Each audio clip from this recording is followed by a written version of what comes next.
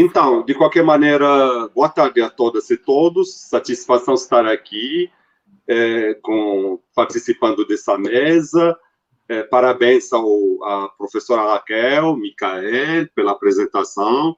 Agradeço o programa pelo convite e, claro, é sempre bom trocar ideia, como fala o carioca.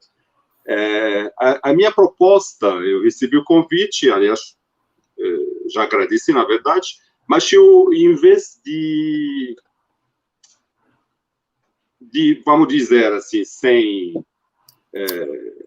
sem julgamento, em vez de reaproveitar o trabalho, ou aproveitar para um trabalho já feito, ou aproveitar para apresentar algum trabalho justamente já pronto, que está esperando para ser publicado, eu achei mais interessante tentar produzir uma reflexão tópica sobre essa equação que foi colocada aqui. Cidade, mobilidade e afeto. É uma equação.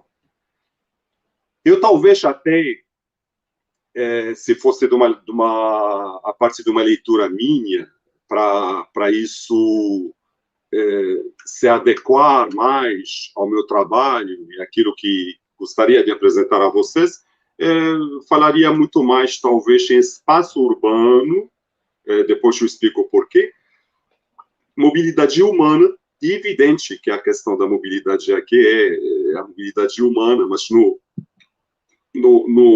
bojo, no escopo teórico das migrações transacionais, a questão da mobilidade humana é muito importante. E o afeto também, o terceiro termo dessa equação, que diz respeito, evidentemente, à produção de subjetividade. Isso é muito importante. Afeto não é necessariamente um sentimento orientado, mas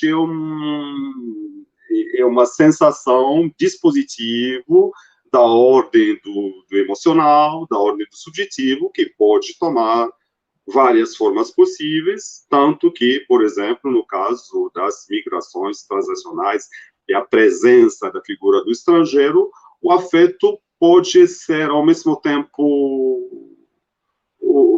o fascínio e a repulsa, sabe? A atração e o medo, e aí vai.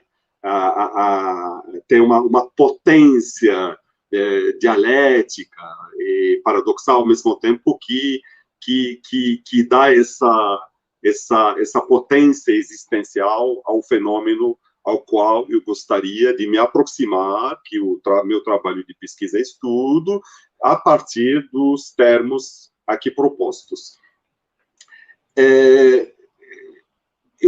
Uma apresentação bastante tópica, como eu falei, bastante pontual, dividida em, basicamente, 3 partes. Antes de apresentar para vocês essas 3 partes, eu queria apresentar os 2 objetivos. É uma coisa bem sucinta e bem, espero eu, que seja bem clara.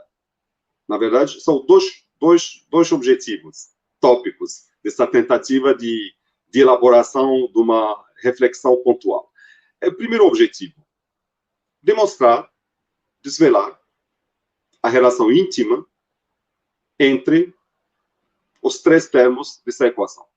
A partir, repito, a partir da perspectiva da minha pesquisa, que é a questão migratória transacional, diaspórica, e a questão da comunicação intercultural.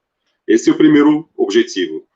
O segundo objetivo, e daí que vem o título da minha apresentação, que é o seguinte: Cidade, Mobilidade e Afeto, a abordagem afetiva enquanto método de análise da mobilidade humana no contexto urbano. Ou seja, mais do que uma afirmação, na verdade, uma indagação, um desafio que eu faço a mim mesmo,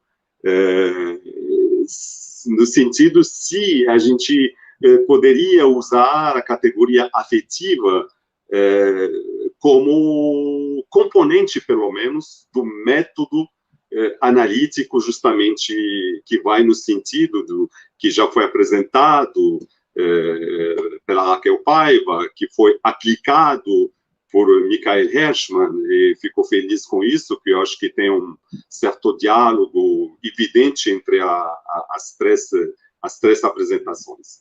Então, agora, para apresentar para vocês, o Ramon, se quiser, você pode botar o plano agora, viu?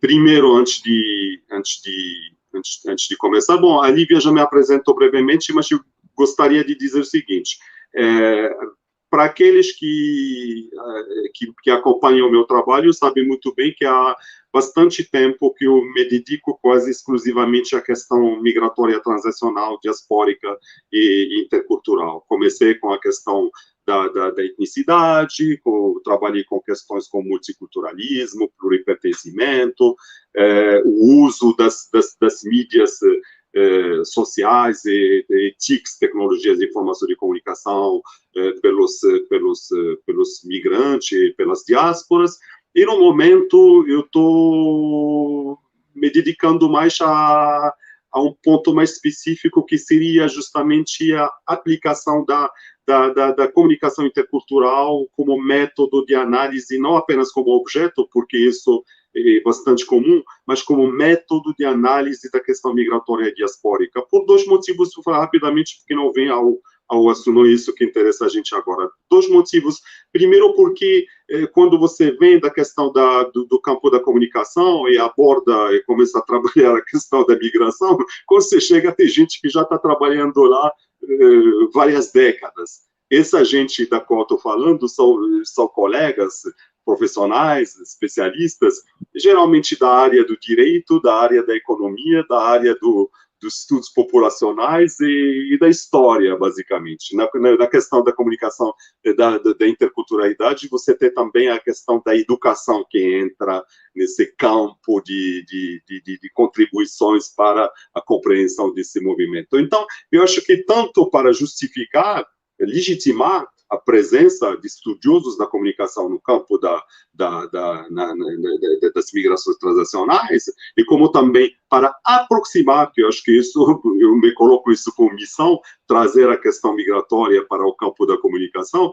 Então, para ter uma interface condizente e eficiente para o trabalho epistemológico da questão migratória e diaspórica no campo da comunicação, eu achei, depois de muitas tentativas e provavelmente muitos erros, que, na verdade, a linha metodológica que pode ser usada, que deve ser usada na minha percepção, é a comunicação intercultural. Ok? Então, isto dito, eu passo para um segundo ponto também, que ainda na apresentação, para deixar um pouco a minha fala clara, que é o seguinte: a questão migratória. A questão migratória, ao contrário do que você pode pensar, enquanto hoje se fala de crise migratória e clichês midiáticos desse jeito, que na verdade a migração é a normalidade. O que não é a normalidade, a excepcionalidade e a sedentarização das populações, ou da população humana em geral, de uns séculos para cá. Então, na verdade, o resto da humanidade, eu sempre me refiro a uma perspectiva paleopolítica do Sloterdijk, do que, na verdade, a espécie humana tem 100 mil anos, no mínimo. Então, falar da contemporaneidade, até daquilo que ele chama da alta civilização de 5 mil anos para cá, que ele fala do surgimento da civilização da névoa egípcia, como se não tivesse nada antes, e é uma visão meio incompleta. Que, na verdade, a migração, a mobilidade humana, depois eu explico também a diferença ou a relação entre mobilidade humana e migrações transacionais. A mobilidade humana é a regra. A mobilidade humana é uma linha existencial que começou e nunca mais parou. Eu posso até dizer mais, ao mesmo tempo que eu falo que a sedentarização da população humana, que mais recente, que seria de algum tipo uma excepcionalidade, na verdade, ao mesmo tempo, quando a gente hoje estou falando de hoje, de 16 anos, talvez de 10 anos para cá, quando começou a se falar de invasões, de ondas migratórias, de crise migratória, de migrações, de volume de migrações nunca visto antes, tudo aquilo, na verdade, não é verdade. É simplesmente uma mentira histórica. Hoje, para vocês terem uma ideia, hoje o segmento migratório da população mundial não chega a 3,5% dessa população. Menos de 3,5% da população mundial que migra. Enquanto, se a gente se lembrar de uma época ainda recente, exatamente entre 1840 e 1940, ou até 1950, o mundo chegou a ter mais de 9% da sua população em situação migratória. Quase 10% da população era migrante, estava em processo de migração. Portanto, vocês veem que, ao mesmo tempo que estou falando que a migração é normalidade, tá? Ok? Vamos lá. Para não perder muito tempo, eu pulo diretamente para a questão da cidade, que, na verdade, a pergunta que eu coloquei é articular esses três termos, demonstrar a relação íntima entre esses três termos. Eu posso começar com a questão da mobilidade humana, com a questão do espaço urbano. E afirmar já que, na verdade, as migrações humanas, a mobilidade humana, foi e continua sendo constitutiva, estruturante do fenômeno urbano no mundo. E urbano, como a Raquel Paiva falou, no sentido de urbanidade, de civilização. Ok? As primeiras cidades, primeiras grandes cidades, primeiros terrenos, primeiros impérios, todos devem a sua constituição, em grande parte, aos fluxos humanos, aos fluxos populacionais. Não seria possível imaginar as cidades como a gente conhece hoje sem os fluxos populacionais humanos. Que também a gente vai ver logo que também tem outra face, que são os fluxos simbólicos. Ok? Então, na verdade, a mobilidade humana é estruturante da cidade. Ao mesmo tempo que a cidade, ela é o principal polo atrator das migrações transnacionais e da mobilidade humana em geral. Vou só esclarecer um ponto interessante. É claro que existem outras migrações rurais, mas geralmente são migrações transfronteiriças, decorrentes de situações específicas, como guerra, catástrofes ambientais, etc. Mas, quando se fala em migrações transacionais, entenda migrações transacionais urbanas. São migrações da cidade para a cidade. Esses migrantes que a gente conhece hoje, e também dá para aproveitar para desfazer o mito, e mentira que são os miseráveis que migram. Os miseráveis não migram, eles ficam na mesma área, geralmente se deslocam para outra região do mesmo país, ou apenas atravessam a fronteira. A migração transacional exige um importante capital humano e social, senão não se efetiva. Pode ficar na ordem do desejo, mas não se efetiva. Então, na verdade, as migrações transacionais são resultado do desenvolvimento dos países emissores. Os países mais pobres do planeta são pequenos emissores de imigrantes. Você pega, por exemplo, África do Oeste, Senegal, Ghana, Gâmbia, Mali, Niger, Mauritânia, Gabão. Não é Mali, Niger e Mauritânia, que são países extremamente pobres, que são emissores de imigrantes. Não, são aqueles países em crescimento. Senegal, Ghana, Nigéria, que é um país muito rico.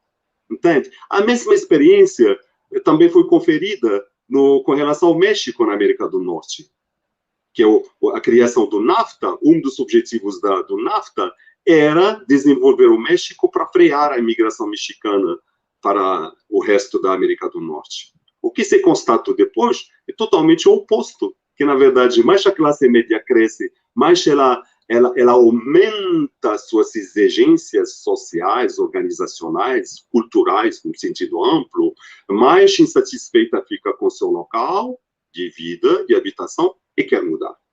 Então, você vê que, na verdade, há uma relação invertida, ao contrário do que você pensa geralmente. Ok, tá, tudo bem.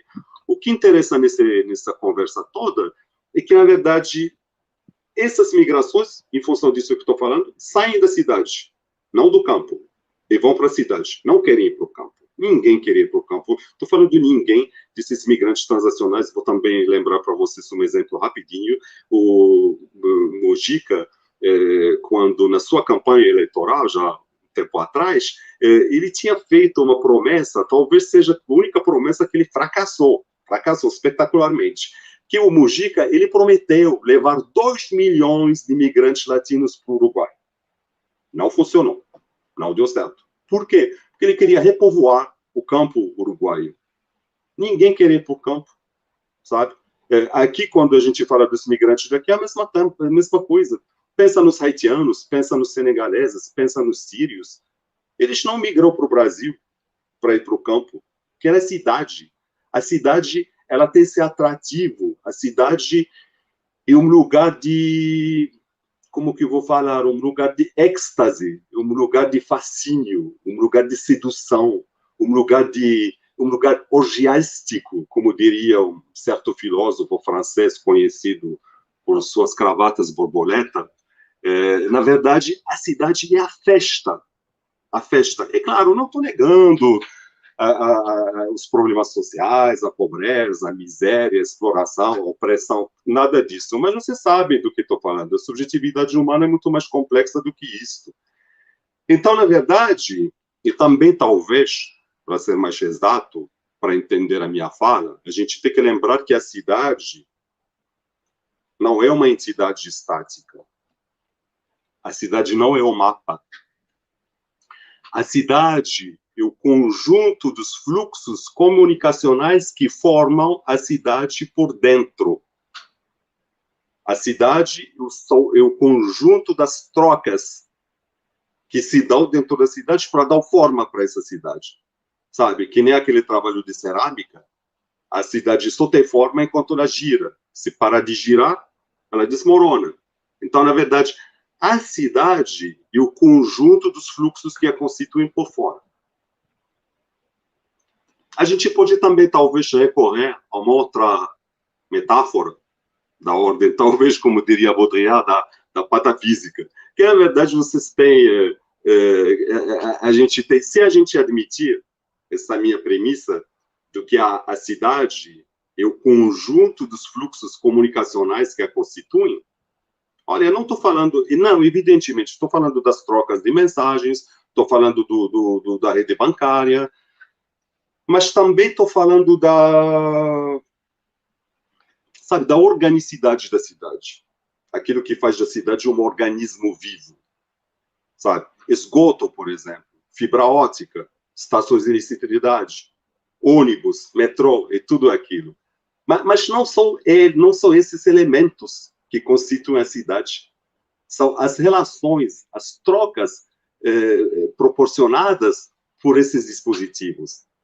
Então, na verdade, se a gente quisesse, por exemplo, ter uma imagem mais condizente com essa vivacidade da cidade, eu acho que a gente podia recorrer a, sabe, light painting, aquelas pinturas de luz, sabe, quando você tira a foto e deixa o diafragma aberto à noite, aí você vê os fluxos luminosos, aquilo dá uma ideia da cidade, não a foto estática, ok? Ou, como eu estava falando, talvez a gente pode também recorrer a uma outra metáfora que eu estava falando, uma referência carinhosa ao Baudrillard, quando ele falava da patafísica, mas, na verdade, não é pertinente, apenas performático que eu estou falando dessa patafísica. O seguinte, a cidade é o resultado, a cidade é o conjunto dessas trocas. A densidade, a intensidade, a densificação dessas trocas dão para a cidade a sua força gravitacional, a sua força de atração, a sua força gravitacional. Ou seja, mais essas trocas são fortes, mais essas trocas são densas, mais essas trocas são intensas, mais os corpos que se aproximam da cidade vão orbitar em torno da cidade ou vão ser totalmente captadas ou captados pela cidade. Ok? Então, isto que é a cidade. A cidade é uma força de atração, uma força gravitacional em termos tanto profissionais, criativos, subjetivos, etc. Tá certo? Então, o que interessa, na verdade, nessa questão toda é pensar nessa relação entre a cidade, entre o espaço urbano e as migrações transacionais ou a mobilidade humana como algo contínuo. Algo que inerente tanto à constituição e à evolução da cidade como ao devir migratório. Tá certo? Um contínuo. A gente pode falar em contínuo citadino, urbano, do espaço urbano. Talvez, aliás, não sei se a gente não pode falar, eu acho que a gente pode falar assim, sabe, urbanscape, sabe, o Abadurai fala em ethnoscape, fala em technoscape, paisagem, que na verdade a gente pode falar de urbanscape, a paisagem urbana. Por quê? Porque essa paisagem urbana, hoje, é nossa paisagem mental central. A nossa mente urbana, nosso estar no mundo é urbano. Tá certo? Essa urbanidade, ela é a base nossa representação do real, atualmente. Pensa, por exemplo, no que é exótico hoje. O exótico não é a Ásia, não é a África. Eu estou pensando no cinema, que é um bom espelho, um bom reflexo para avaliar no seu imaginário. As imagens do campo são as imagens mais exóticas que existem hoje, porque a paisagem urbana já estamos acostumados, é ela que configura, na verdade, nossa visão de mundo, tá certo?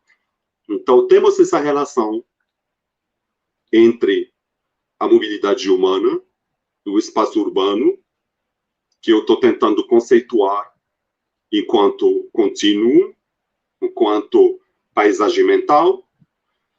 E agora vou passar para o segundo segundo ponto, que é a questão da mobilidade humana. Mas por que estou falando de mobilidade humana e afeto? Qual é a transição entre a cidade e a mobilidade humana? A relação seguinte, que esse contínuo do qual estou falando, e como já antecipei, que dá ordem do subjetivo e do imaginário, ele hoje é reforçado com mais um elemento constitutivo de nossa realidade, um fator tecnológico muito importante. Esse fator é as mídias, que a gente chama de TICs, ok? Tecnologias de informação e de comunicação. Por quê? É pelo seguinte, a cidade hoje, ela é, em grande parte, parcialmente virtualizada.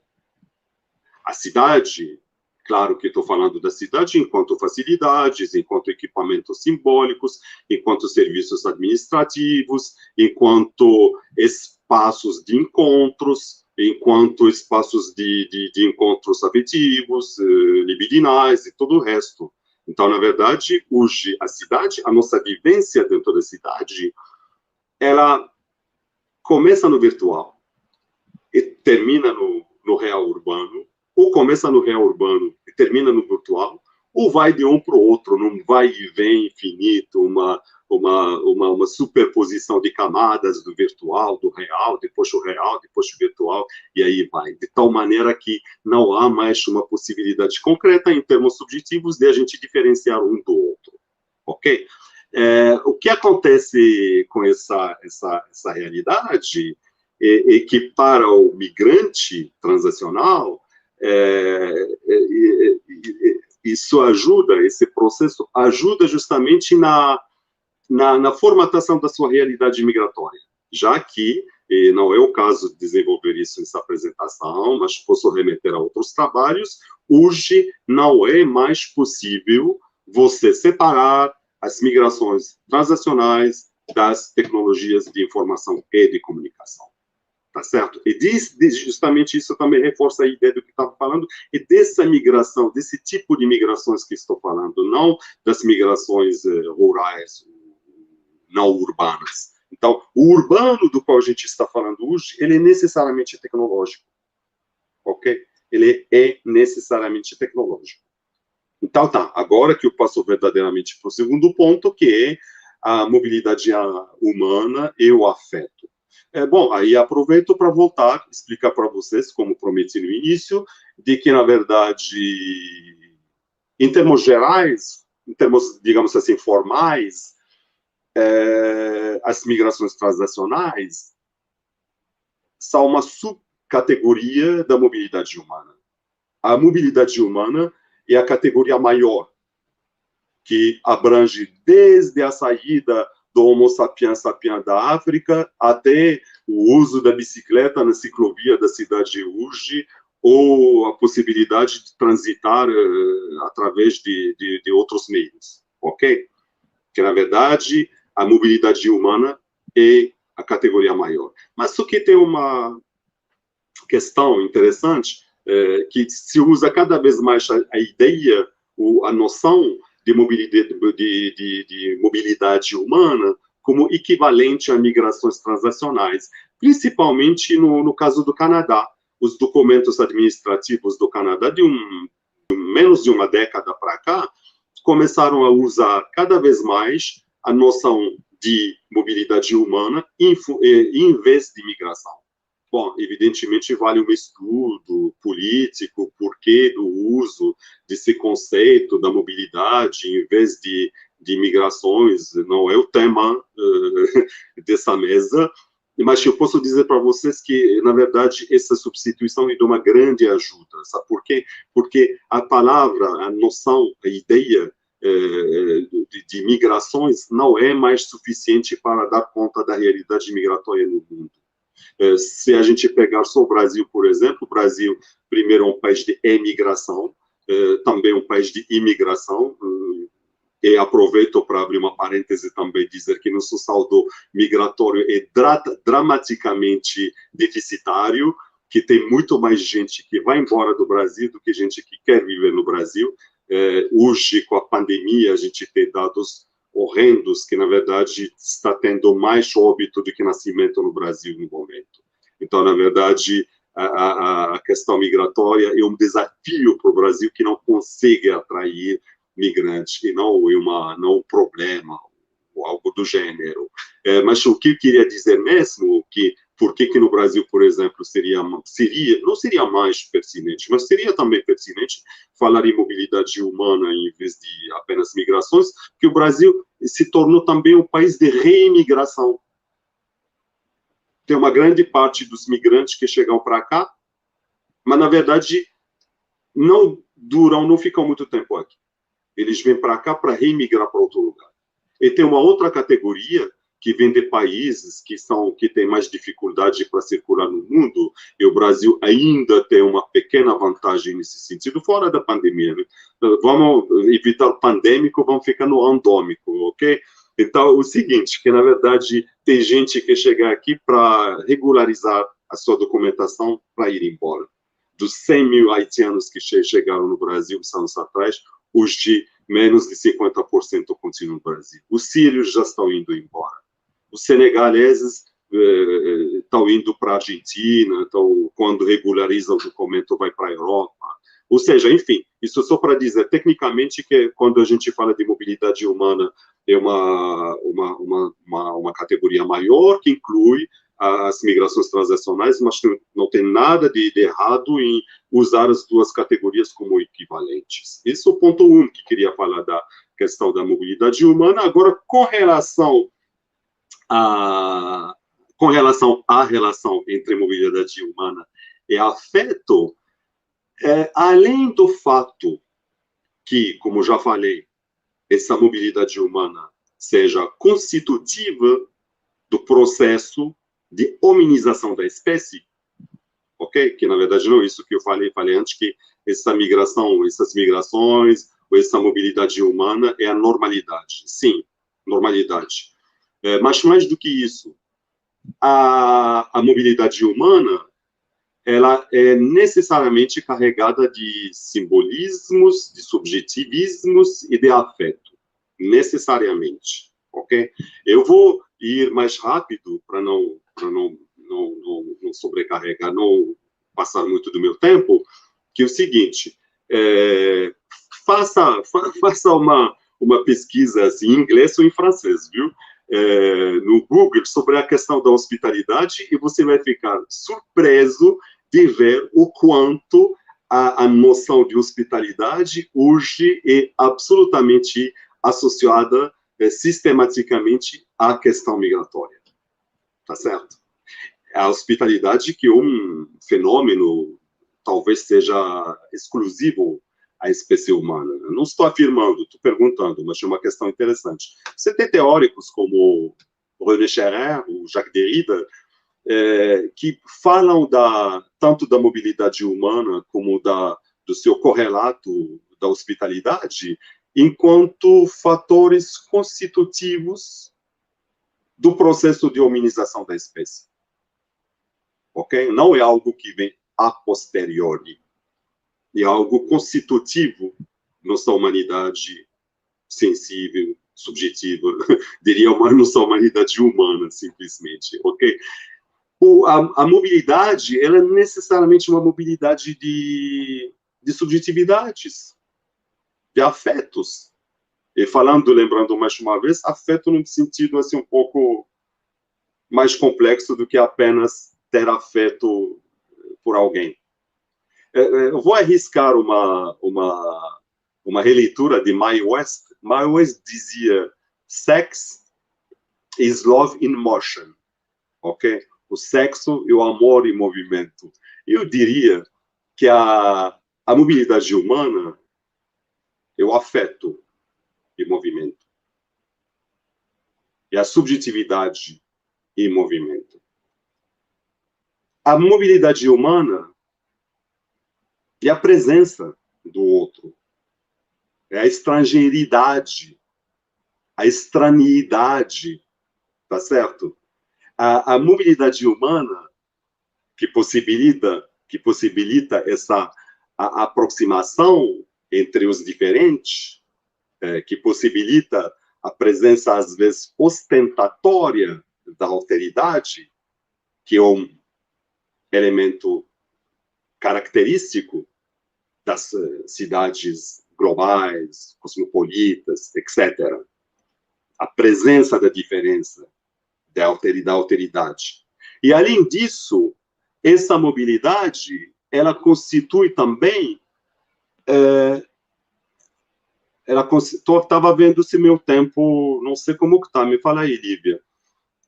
Que é o seguinte, estava falando que a questão da mobilidade, ela é, de alguma maneira, um catalisor emocional. Porque ela aproxima os diferentes. Obrigado. Ela aproxima os diferentes. Ela coloca em contato visões de mundo diferentes, opostas. Não interessa, sabe, esses detalhes, se tem atrito, se tem afinidade. Na verdade, é algo menor no processo em si. O que interessa é essa mobilidade. E a mobilidade, ela continua, sabe? Vou dar um exemplo para vocês, que eu sei que isso tem um impacto cognitivo. Todo mundo já ouviu falar das invasões bárbaras. E quando a gente fala em invasões bárbaras, a gente logo vê imagens bélicas, logo vê algo brutal que acontece de repente e vai num momento muito breve. Hoje, assim, as chamadas invasões bárbaras na literatura migratória do mundo são rebatizados em grandes migrações, que na verdade não houve invasões bárbaras. Houve o processo migratório lento que levou séculos para populações do norte da Europa, da populações germânicas, da Ásia Menor, chegarem ao resto da população e se estabelecerem pouco a pouco.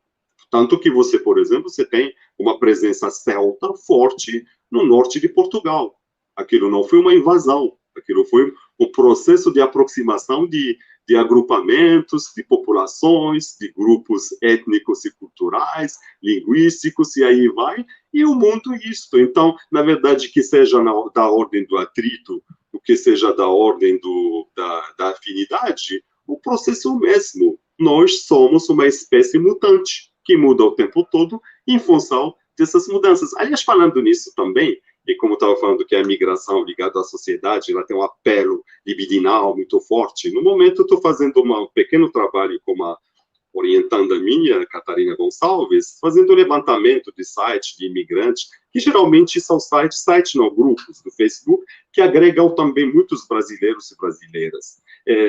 E impressionante a tensão libidinal, erótica, sexual que tem nesses grupos. E muita paixões, amores, traições, lavagem de roupa suja em público, fetiches sexuais, raciais. Que você olha para aquilo e se diz, meu Deus, isso aí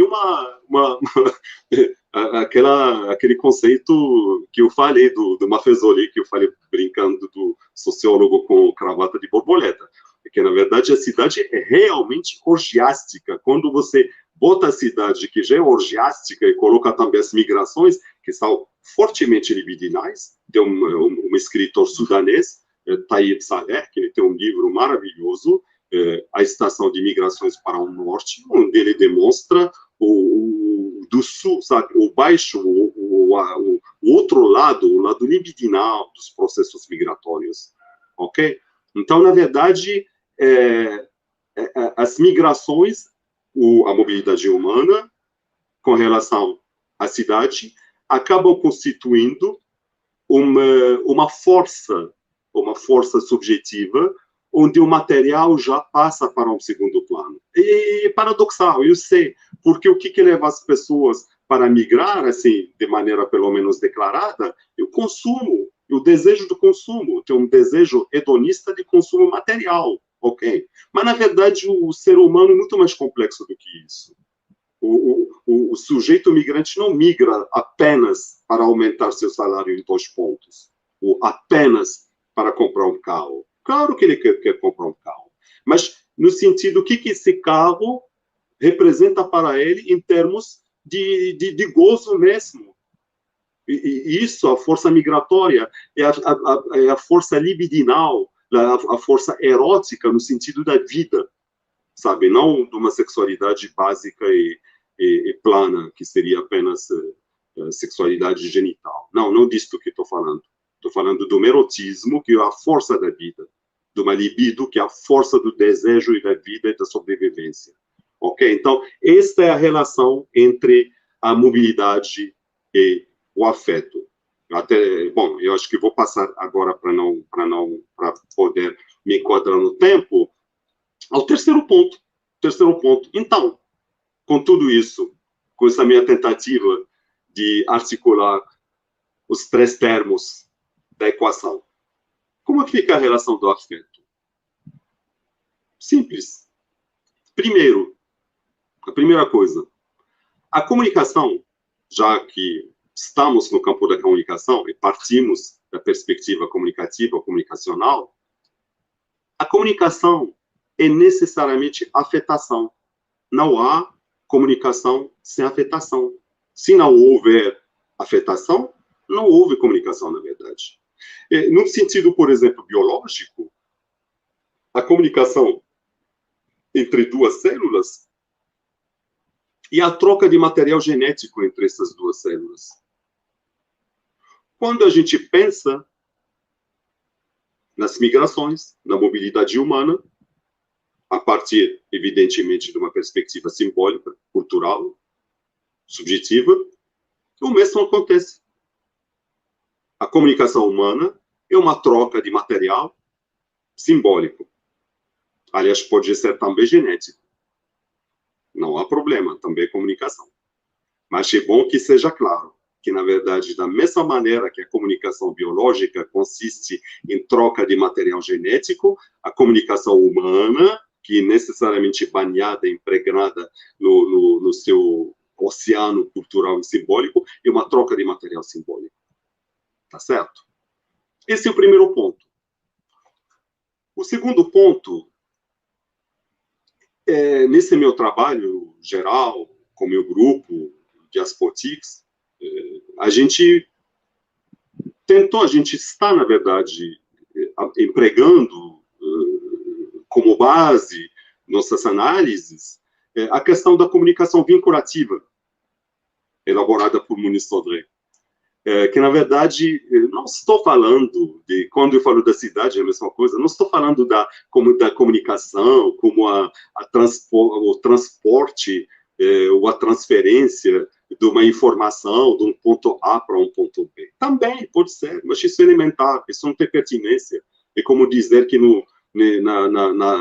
na sala tem oxigênio. Sim, tem, mas o que isso significa? Então, essa comunicação vinculativa é muito importante, que, na verdade, há comunicação quando há vínculo afetivo, tá certo? Tem uma afetação, tem uma afetação, tem um afeto, ok? Tem uma afetação e um afeto entre os interlocutores, entre os polos de comunicação, entre as populações em contato, etc. Ok? Então, na verdade, é importante prestar atenção a esse fato da comunicação enquanto vinculação, enquanto troca de material simbólico, mas tem mais. Tem mais que o seguinte, quando eu falo da comunicação intercultural, a comunicação intercultural, ela é necessariamente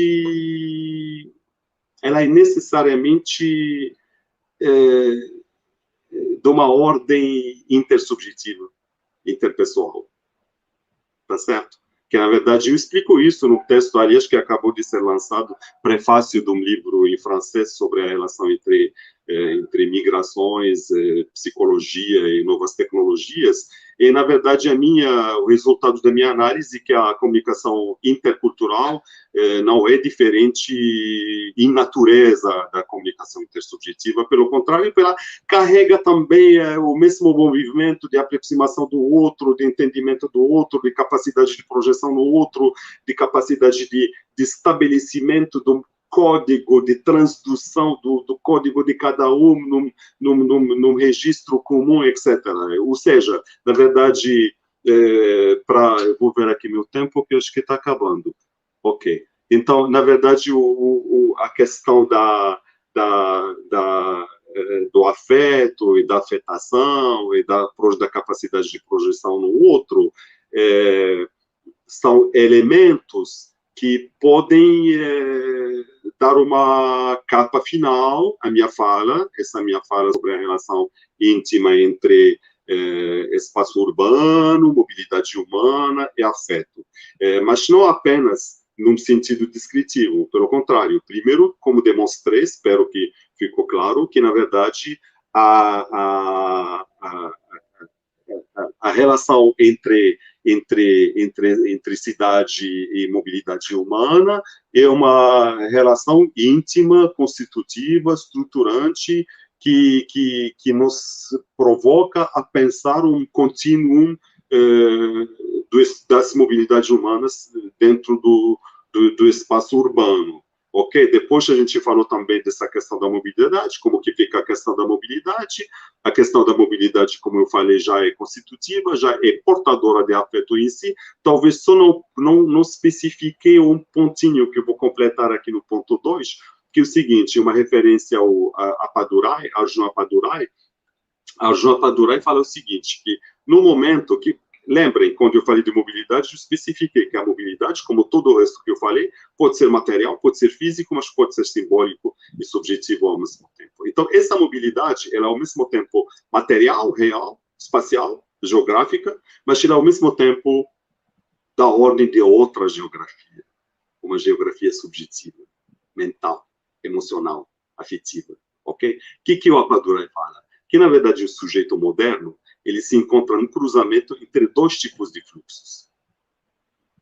Fluxos humanos que são propriamente as migrações, e fluxos simbólicos, que hoje são mais especificamente os fluxos midiáticos. Ok? Temos fluxos humanos e fluxos simbólicos, fluxos geográficos e fluxos midiáticos. Ok? E, de qualquer maneira, esse sujeito contemporâneo vai acabar sendo desterritorializado, ou seguindo os fluxos humanos, ou sendo ele mesmo atravessado pelos fluxos simbólicos. Eu vou terminar apenas com uma imagem mental, não uma projeção, que também, que na verdade me aproxima de alguma maneira um pouco mais da fala do Michael e da Raquel. É uma referência a um texto um tanto obscuro, esotérico, do Canivati. É um texto acessível na internet que se chama Gemações. E nesse texto, Gemações do Canivati, ele faz referência a diásporas locais. É uma coisa meio oxímoro, paradoxo, diáspora local, ok? E que, na verdade, ele se refere diretamente à periferia, aos jovens das comunidades, e aí ele fala dessa... O que seria essa diáspora, essas diásporas locais? E como se fosse um pouco... Vou retomar um termo que foi usado por Raquel Paiva, como se fossem uns agrupamentos flutuantes, que há um enraizamento, não de fora para dentro. Esses grupos pertencem à cidade, mas eles estabelecem uma relação diaspórica flutuante como estratégia de sobrevivência e de apropriação da cidade. A nossa cidade, a cidade moderna hoje, é extremamente nômada. Além quando eu estava falando para vocês da mobilidade humana, que na verdade todo aquele processo, mas tem outra coisa. Claro que tem grupos humanos que continuam nômades, o nomadismo não é uma etapa evolucionária que fecha e passa para outra, é um modo de vida, um estilo de vida que continua. Além dos nômades da Índia, da Amazônia, dos tuaregs na África, dos beduínos no Oriente Médio. Além disso, você tem um estilo de vida, você tem os andarilhos. Uma grande parte da contracultura, por exemplo, é nômade. Os road movies são um registro iniciático, sabe, que tem esse nomadismo continua, ok? Então, na verdade, só estou voltando um pouco para essa ideia, para fechar com aquilo que estava falando, que o Canivati ele fala dessas diásporas locais enquanto entidades flutuantes, que não são fixas, são entidades, e é aquilo que estava falando, vamos voltar para o orgiástico, Maffesoli ia adorar hoje, que na verdade temos um exemplo dessas diásporas flutuantes, seria esse campo que o Michael estuda muito bem, que é esse campo das festas urbanas. As festas urbanas são nômades, são mutantes, são móveis. Pensa em outras coisas. Tem práticas orgiásticas na cidade inteira, tem cerimônias religiosas, tem festas culinárias, tem um monte de manifestações sociais urbanas que, na verdade, autorizam ou possibilitam um certo diasporismo subjetivo dentro da própria cidade. Então, você vê que essa relação seria uma relação nata dentro da cidade, e quando chega a mobilidade humana em sua perspectiva migratória, isso só reforça essa força, essa densidade dos fluxos comunicacionais, e faz a cidade reforçar justamente a sua força gravitacional, que acaba trazendo mais fluxos, mais mobilidade, mais migrantes. Aí a gente entra num círculo virtuoso, vicioso, como quiser, não tem importância, mas de alguma maneira mais mobilidade temos, mais mobilidade desejamos. Mais esse sujeito urbano, móvel e aberto, mais quer se abrir sobre o mundo. Mais esse sujeito adota atitudes interculturais, mais intercultural ele se torna. Eu vou fechar de vez com isso, com essa questão da interculturalidade, que, na verdade, por que eu quero fechar com a interculturalidade? Para insistir nessa questão do afeto. Porque hoje você fala em competência intercultural e coisas assim. Mas é o seguinte, se você consegue falar com o outro e se colocar no lugar dele, você já está praticando uma comunicação intercultural.